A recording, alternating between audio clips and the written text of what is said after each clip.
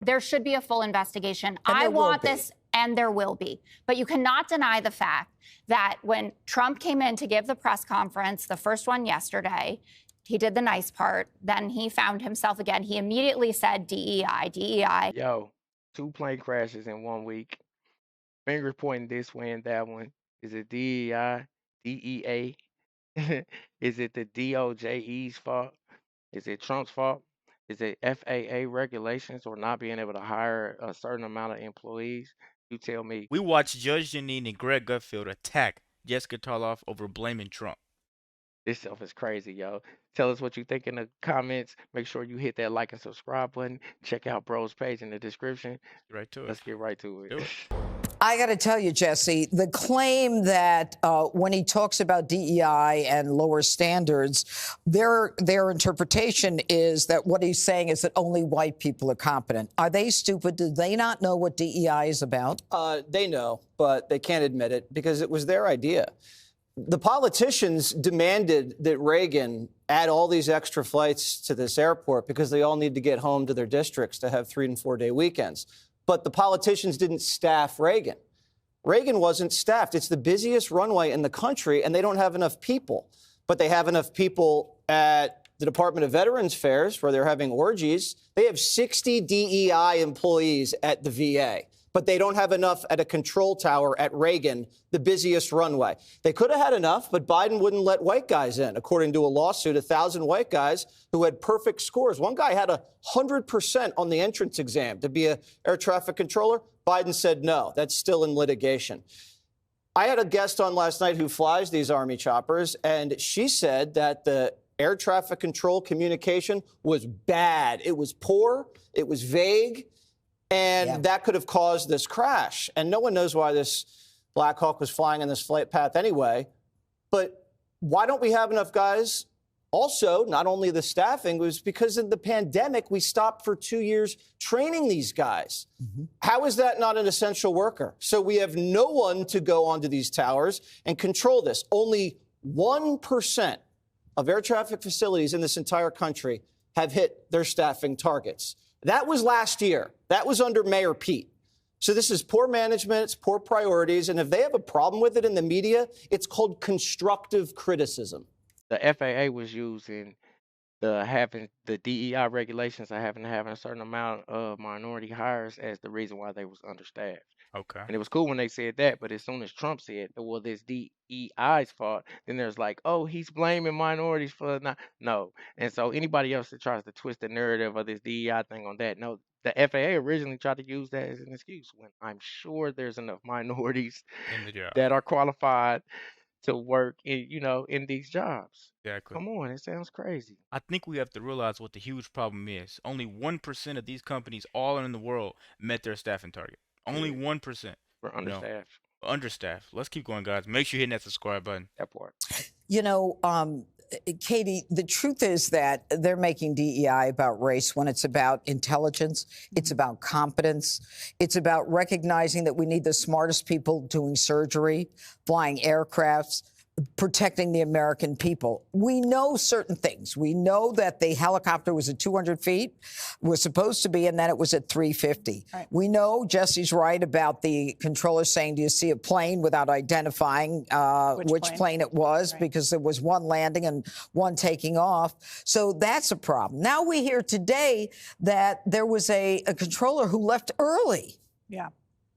Well, Washington, D.C. and Reagan National have been managing these types of flights with the different elevations, the planes, commercial planes, and the helicopters for years. There's been tens of thousands of flights in and out of Reagan without having this problem. So the question is, what has changed? I mean, if you live in D.C. and you fly in and out of D.C. all the time, you see these helicopters all around town. And the question is, well, why is it there are helicopters in these paths anyway? They're doing military training. There's no other place in the whole country they can do military training that's not literally in the pathway of these commercial airline flights.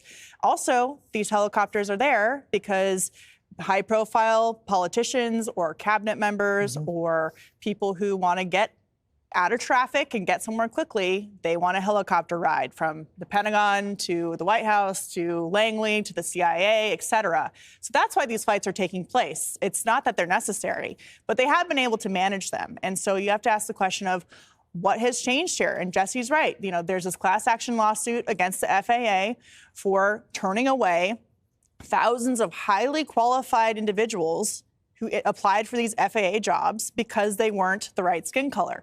So when you talk about the diversity and the inclusion and equity, it's actually a violation of the Civil Rights Act, first of all. It's discrimination. And second of all, it's dangerous. And maybe, you know, we still need to know what happened in this situation, but it's clear that when you're hiring people for very sensitive jobs based on skin color or gender or whatever else, rather than merit or 100% scores on an FAA test, that there's going to be a problem somewhere at some point. You know, Greg, one of the things that we found out is that there are 3 people on the Black Hawk. One is, I think they call him a crew chief, and then they had the one pilot with 1,000 hours, the other with 500 hours. One of the families is saying we don't want the name of our family member identified. Why do you think that is? I don't know. I don't want to answer that question because that to me, it's not my area of expertise. I think that the topic that interests me is, can you blame the Biden administration and can you be suspicious about the competency of the FAA? And I say you can blame the Biden administration and you can be suspicious because who brought the suspicion on? Well, the Democratic Party covered up an incapacitated president. That is the most important office in the land, and it was deliberately compromised.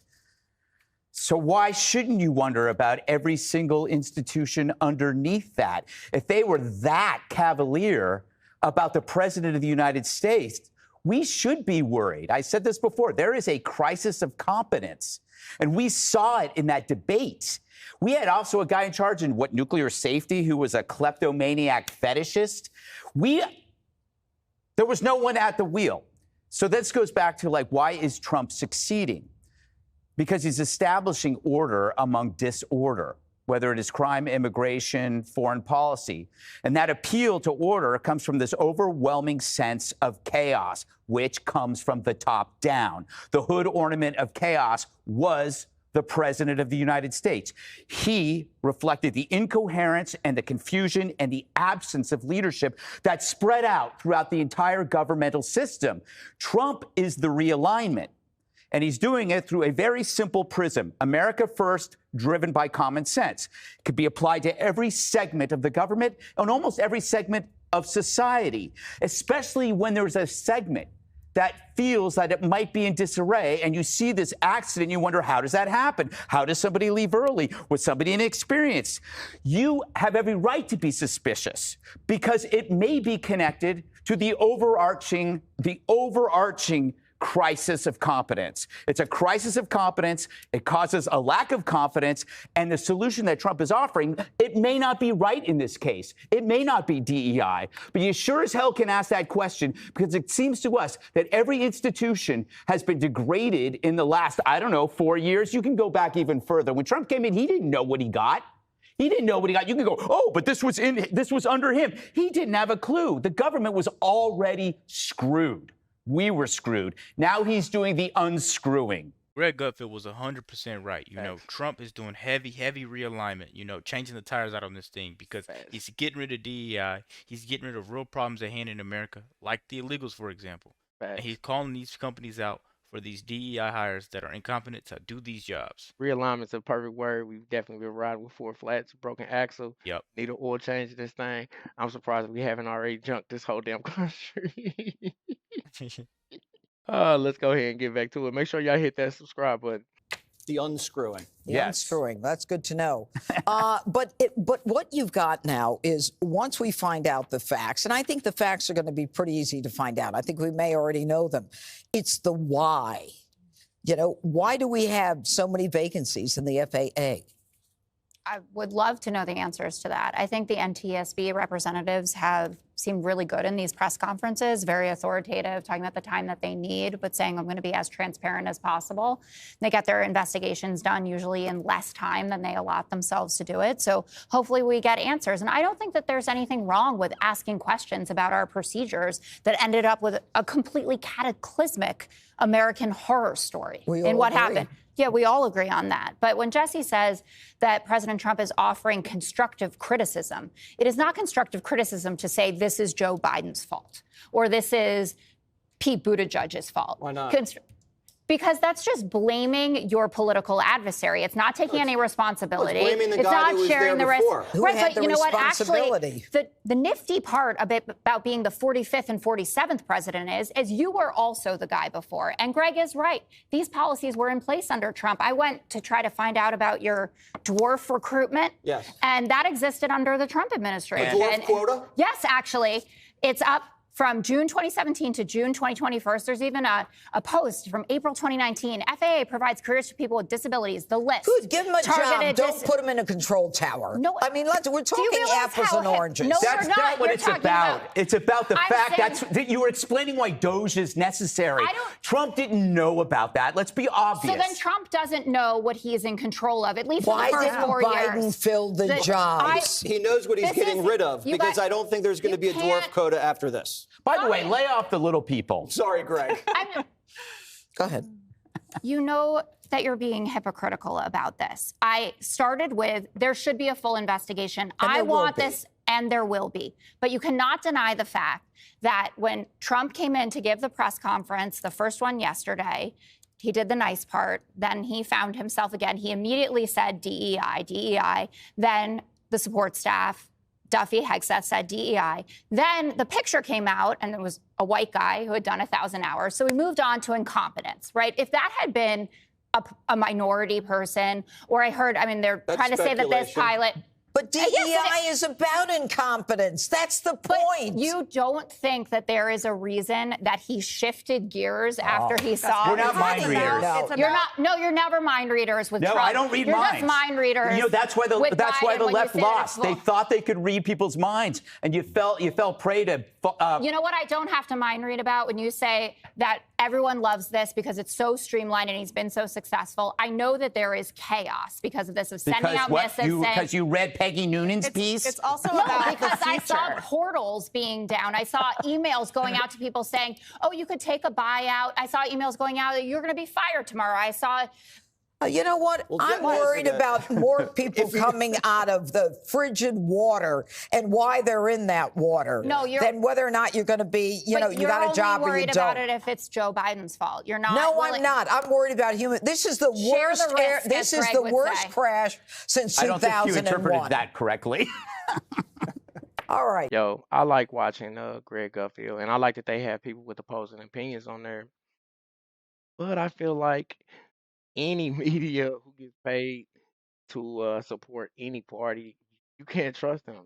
YouTube. That's why you should just strictly watch the Marcus Russell show or the Alex W show. Nobody pays us for our opinion yet. You know, this is really actually how we feel. Exactly. You know, With a lot of common sense included. of course, this is the common sense administration, so it's actually cool to have common sense. But like, even us, if they start paying us millions, you won't be able to trust us either. Yo, make sure you hit that like and subscribe button. Tell me what y'all think about this video in the comments. All right, we out. Till next time.